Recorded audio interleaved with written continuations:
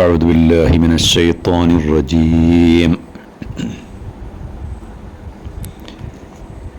سيقولون ثلاثة رابعهم كلبهم ويقولون خمسة سادسهم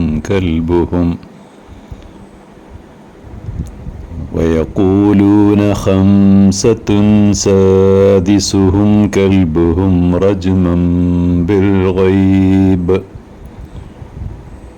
ويقولون 7 وثامنهم كلبهم قل ربي أعلم بعدتهم ما يعلمهم إلا قليل فلا تمار فيهم إلا مراء ظاهرا ولا تستفت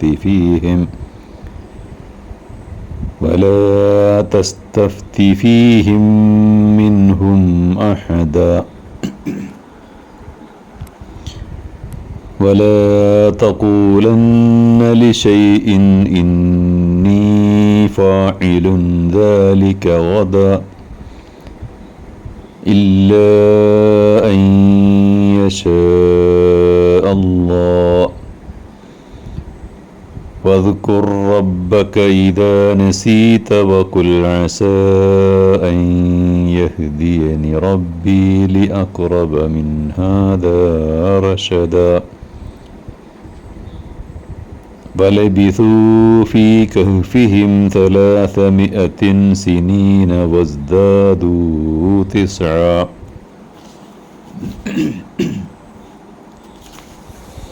സൂറത്തുൽ കഹ്ഫ് 22 മുതൽ 25 വരെയുള്ള ആയത്തുകളാണ്. അവരിൽ ചിലർ പറയുന്നത് ഗുഹാവാസികൾ 3 പേരായിരുന്നു, 4ാമത്തേത് അവരുടെ നായയും. എന്നാൽ മറ്റു ചിലർ പറയുന്നത് അവർ 5 പേരായിരുന്നു, 6ാമത്തേത് അവരുടെ നായ.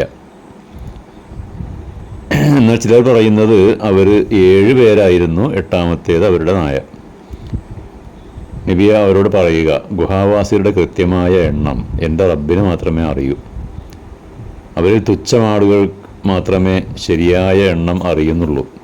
അതിനാൽ കേവല സംസാരത്തിൽ കവിഞ്ഞ് അവരുമായി തർക്കിക്കാൻ പോകേണ്ടതില്ല. അവരിലൊരാളോടും ഗുഹാവാസികളെക്കുറിച്ച് അന്വേഷിക്കുകയും വേണ്ട. ഒരു കാര്യത്തെക്കുറിച്ചും തീർച്ചയായും ഞാൻ നാളെ അത് ചെയ്യുമെന്ന് ഉറപ്പിച്ച് പറയരുത്.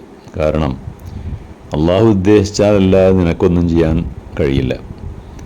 അത് നീ മറന്നുപോവുകയാണെങ്കിൽ ബോധം വന്ന ഉടനെ നിന്റെ റബ്ബിനെ ഓർക്കുകയും ഇപ്രകാരം പറയുകയും വേണം, എൻ്റെ റബ്ബ് ഇതിനേക്കാൾ നല്ലതിലേക്ക് എന്നെ നയിച്ചേക്കാം. അങ്ങനെ അവർ ആ ഗുഹയിൽ 300 വർഷം വസിക്കുകയുണ്ടായി. എന്നാൽ ചിലർ അതിൻ്റെ കൂടെ 9 വർഷവും കൂട്ടി പറയുന്നുണ്ട്.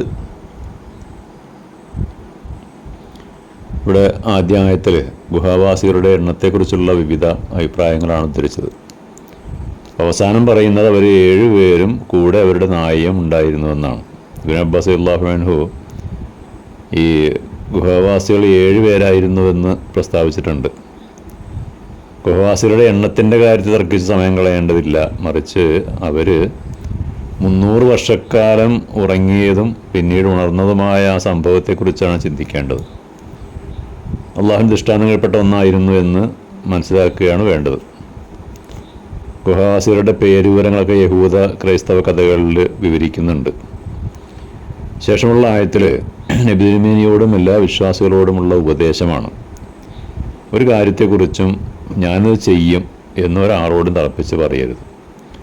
അള്ളാഹു ഉദ്ദേശിച്ചെങ്കിൽ ഞാനത് ചെയ്യും എന്നാണ് പറയേണ്ടത്. കാരണം ഒരാൾക്കും നാളെ എന്ത് സംഭവിക്കുമെന്ന് പറയാൻ കഴിയില്ലല്ലോ. വാഗ്ദത്തം ചെയ്യുന്ന ആൾ ജീവിച്ചിരിക്കുമോ എന്ന കാര്യത്തിൽ പോലും ഉറപ്പില്ല.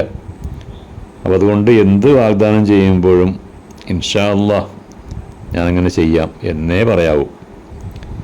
അപ്പോൾ ഇതിവിടെ പറയാനൊരു കാരണം കൂടിയുണ്ട്. ഖുറൈശികൾ നബിയോട് ഗുഹാവാസികളെക്കുറിച്ചും ഒക്കെ മറ്റുള്ള ചില ചോദ്യങ്ങൾ ചോദിച്ചപ്പോൾ നബി സ്വല്ലല്ലാഹു അലൈഹി വസല്ലം അവരോട് നാളെ പറയാമെന്ന് പറഞ്ഞു.